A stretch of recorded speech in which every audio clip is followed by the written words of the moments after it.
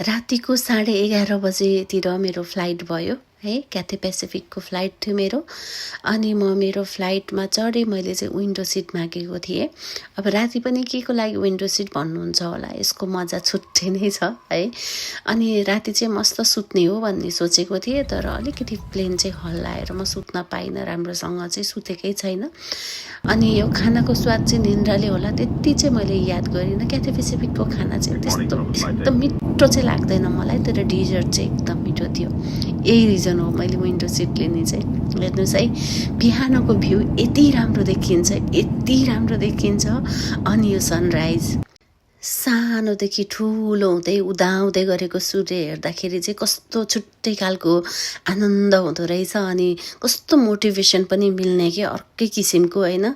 जे होस्, मलाई चाहिँ एकदमै मजा लाग्यो यो सनराइज हेर्नलाई। फ्लाइटबाट ओर्लिसकेपछि चाहिँ यस्तो एडभान्स टेक्नोलोजी हेर्नुहोस् न यहाँ है। ट्रान्सफर हुने हो नि त म, अनि यसरी तल गएर अन्डरग्राउन्डमा गएर यसरी ट्रेन चढेर अनि मेरो नेक्स्ट फ्लाइटको लागि अब आफ्नो गेट नम्बरमा गएर बस्नुपर्ने। अब यो त कल्पनामा सपनामा पनि आउँदैन मेरो देशमा कहिले होला भनेर है।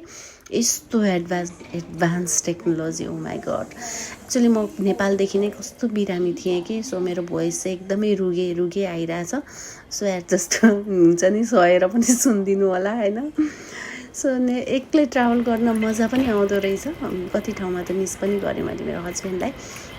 सबै यो हुन्छ नि नम्बरहरू, गेट नम्बरहरू अनि त्यो स्क्रिनहरूलाई फलो गर्दै गयो भने चाहिँ इन्टरनेसनल ट्राभल गर्न खासै केही गाह्रै छैन भन्दा पनि हुन्छ। मेरो चाहिँ ट्रान्जिट जम्मा 3 घन्टाको थियो। 3 घन्टा चाहिँ एकदमै इनफ हुँदो रहेछ कि, धेरै बेर कुर्नु नि नपर्ने आनन्दको। 2 घन्टा जस्तो त टाइम त मेरो यत्तिकै गयो। हेर्नुहोस् न म कति फ्रेस नै छु रातभरि नसुत्दाखेरि पनि। अनि मलाई चाहिँ धेरै बेर कुर्नै परेन। मेरो अब 8:40 को फ्लाइट छ जापानको लागि चाहिँ। अनि सबै यताउता गरेर आइपुग्दाखेरि त 2 घन्टा त टाइम यत्तिकै गयो। कफी सफी खाउँला भन्ने सोचेको थिएँ, कफी पनि खाने फुर्सद भएन। सो मेरो गेट नम्बर 48 मैले फलो गर्दै ठ्याक्कै टाइममा आइपुगेँ। यहाँनिर आउँदा त यस्तो रिस उठ्यो मलाई त्यो नेपालको बहिनी सम्झेर है। नेपालबाटै बोर्डिङ गर्नुपर्ने हो नि त।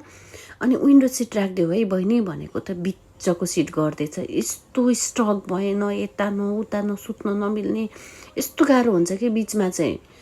यस्तो रिस उठेन मलाई त, अब के गर्नु, सहेर आइपुग्यो अब जस्तो तसो हुन्छ। तर रिस चाहिँ एकदमै उठेको थियो मलाई। 6 घन्टा 3टा फिल्म हेरेर म जापान पुगेँ। जापान हेर्दा त यस्तो आनन्द आउँछ। डे 2मा चाहिँ मेरो काम यही मिटिङ मात्रै हो, यतिमै मेरो दिन सक्यो।